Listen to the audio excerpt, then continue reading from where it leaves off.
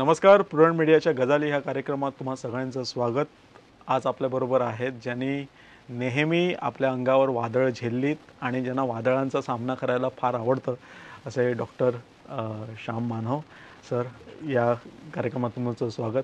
आणि मला असं वाटतं ह्या गोव्यात तुम्ही अशाच प्रकारचं एक वादळ पडताळून लावण्यासाठी इथं आलेला आहात. सर, आपण बघितलं तुम्ही अंधश्रद्धा निर्मूलन समितीचं कार्य गेली कित्येक दशकं तुम्ही करत आलेला आहात. ही दोन शब्द आहेत, श्रद्धा, अंधश्रद्धा, आणि हे बरेचसे शब्द फसवे आहेत यासाठी, कारण अनेक जण असं म्हणतात की तुमची श्रद्धा ही आमची अंधश्रद्धा असू शकते. त्यामुळे श्रद्धा आणि अंधश्रद्धा याची मूळची सीमारेषा आपण आखून ठेवू शकतो का? सुरुवातीलाच मी एक्सप्लेन करतो की मी डॉक्टर नाही, मी प्राध्यापक होतो इंग्रजीचा आणि सामाजिक क्षेत्रामध्ये दीर्घकाळ काम करत आलेलो आहे आणि पत्रकार दीर्घकाळ होतो. लहानपणापासून ज्या संस्कारामध्ये मी वाढलो, माझे वडील एकतर विनोबांचे एकेकाळी सेक्रेटरी होते, पण वारकरी संप्रदायाचे ते होते. त्यामुळे संपूर्णतः एका शेतकऱ्याच्या मुलावर ज्या पद्धतीचे संस्कार होऊ शकतात, पण वेल एज्युकेटेड घरामध्ये त्या पद्धतीचे संस्कार माझ्यावर झालेले आहेत. मी अतिशय श्रद्धावान होतो, अंधश्रद्धाही प्रचंड होतो. 10व्या वर्गामध्ये मी असताना मला भूत लागलं होतं, जे माझ्या जिल्ह्यातल्या वर्ध्यातल्या मांत्रिकांना उतरवता आलं नाही, म्हणून यवतमाळ जिल्ह्यातल्या मांत्रिकाकडनं उतरवलं होतं. मी लहानपणापासून सगळ्या बाबांचे चमत्कार मानायचो, त्यांची सेवा करायचो.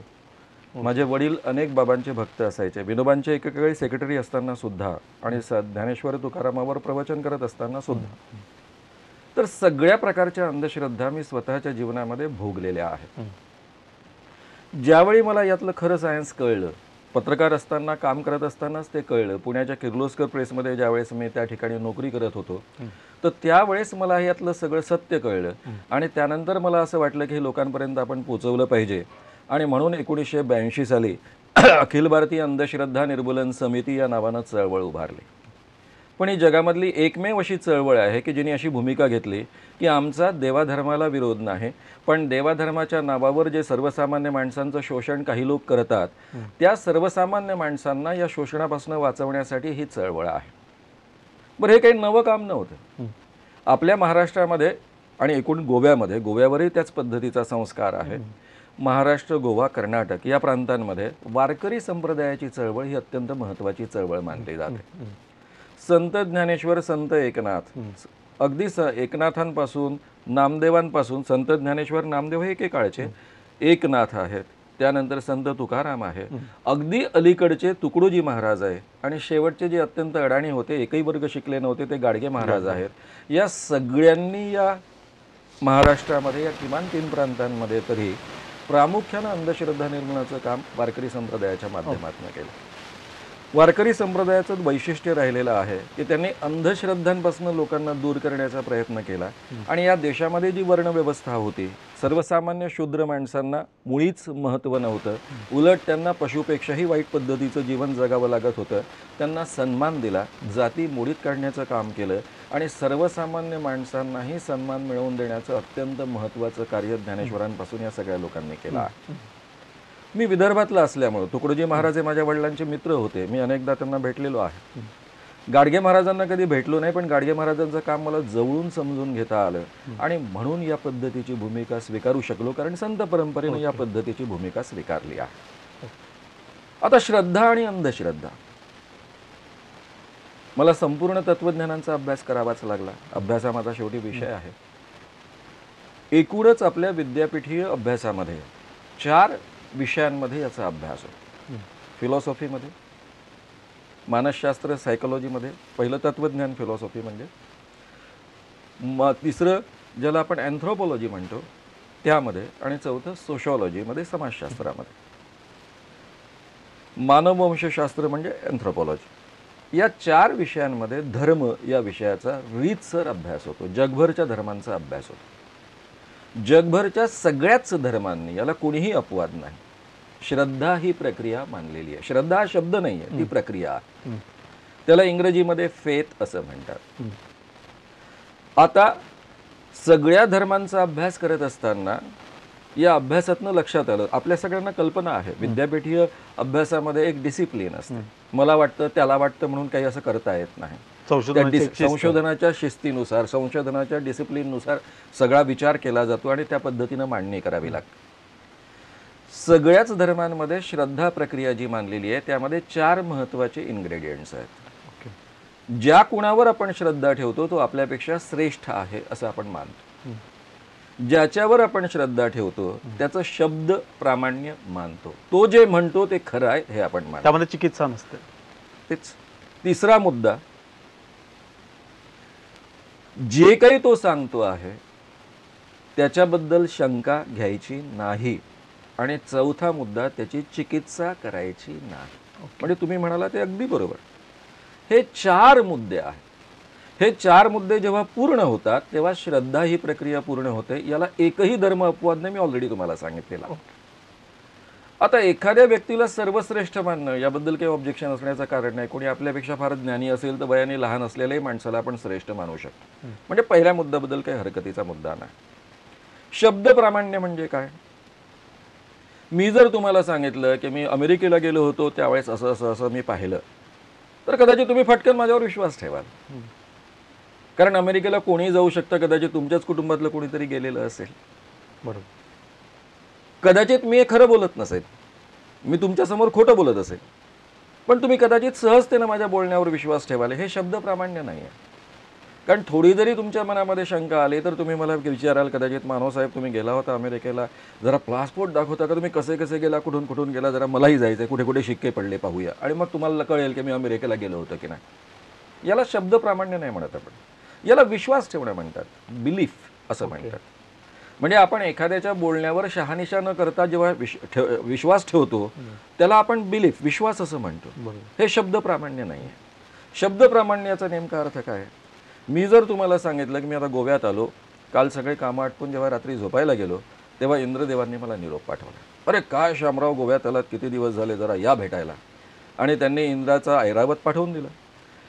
ऐरावताचं शेपूट पकडून मी डायरेक्ट स्वर्गामध्ये गेलो राव. आणि काय राव विचारता, काय स्वागत केलं इंद्राने माझं. मग ते काय अमृत प्यायला दिलं, काय काय काय.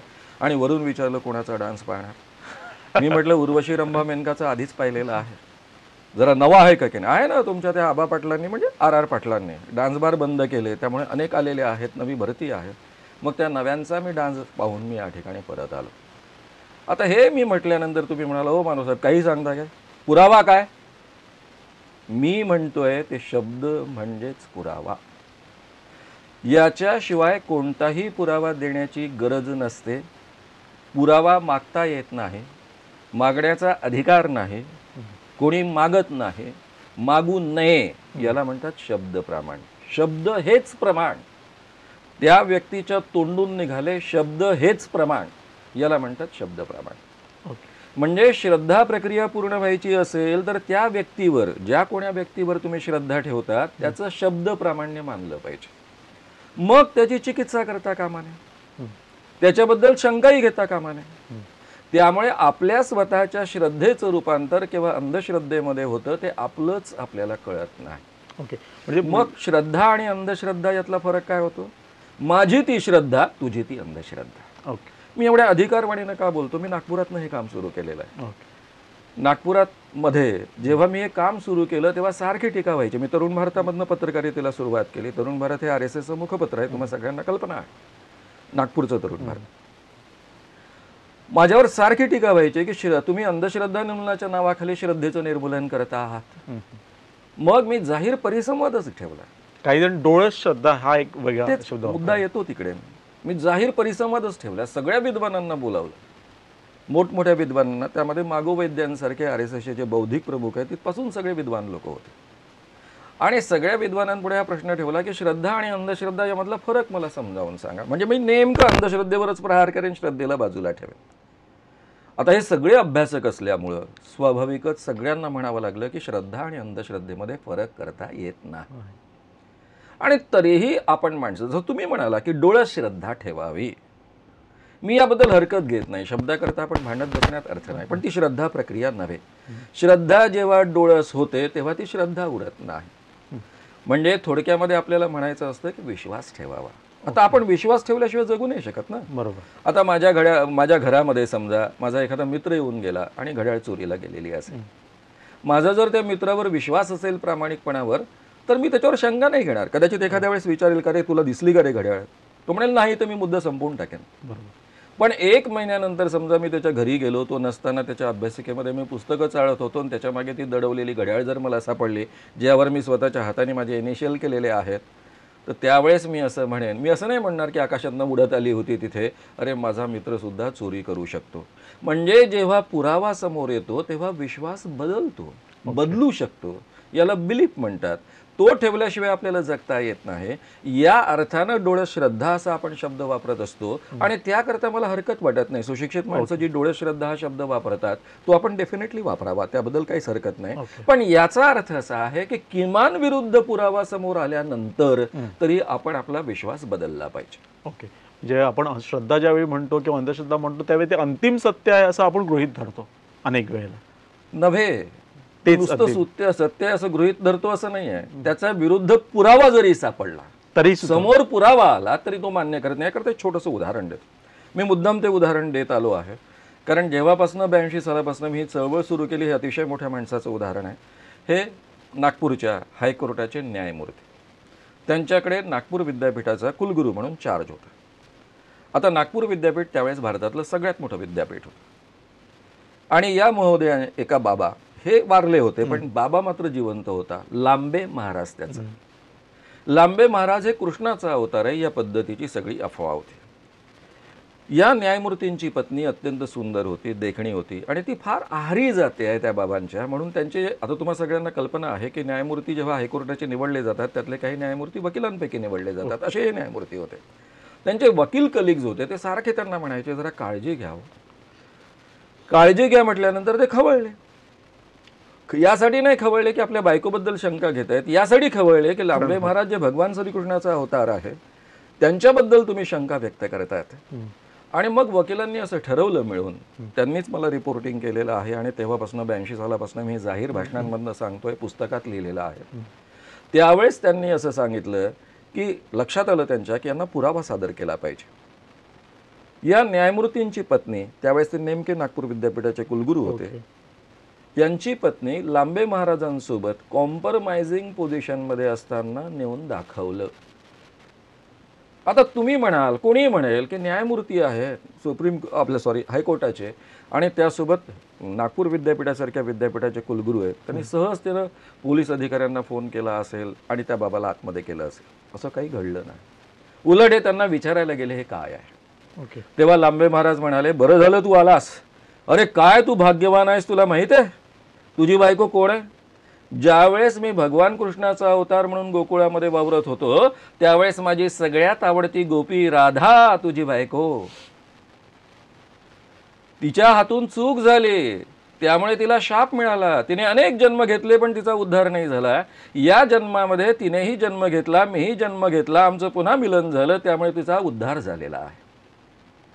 हे न्यायमूर्ती येऊन सगळ्या वकिलांना हे सांगायला लागले की का पहा केवढा मी भाग्यवान, माझी बायको इतके वर्ष. कारण स्वतः तेच लांबे महाराज त्यांना म्हणाले, तू एवढा भाग्यवान, प्रत्यक्ष कृष्णाची आवडती राधा इतके वर्ष तुझी बायको म्हणून राहिली. पुढे काय घडलं असेल? या न्यायमूर्तींनी स्वतःचा खाजगी बंगला आणि बायको लांबे महाराजांच्या स्वाधीन केली आणि स्वतः सरकारी बंगल्यांमध्ये राहायला गेले. हे मी जाहीररित्या सांगतो, न्यायमूर्तींचं नाव घेत नाही कारण मुलं अजून जिवंत आहेत. पण मी जे सांगितलं ते कोणालाही तपासून पाहत आहे. सर, त्या अनुषंगानेच मला दुसरा प्रश्न विचारायचा आहे की आपण असं बघतो की मुळात देव संकल्पना ही आली, ही अज्ञानातून आली, की पंचमहाभूताबद्दल जे आपल्याला भय होतं किंवा ते अज्ञान होतं त्यातनं आले. पण कालांतराने ज्ञानाची प्रक्रिया वेगाने पुढे गेली, त्याबद्दल तथ्य लोकांसमोर आलं, लोकांनी ते जाणून बघितलं. पण असं काही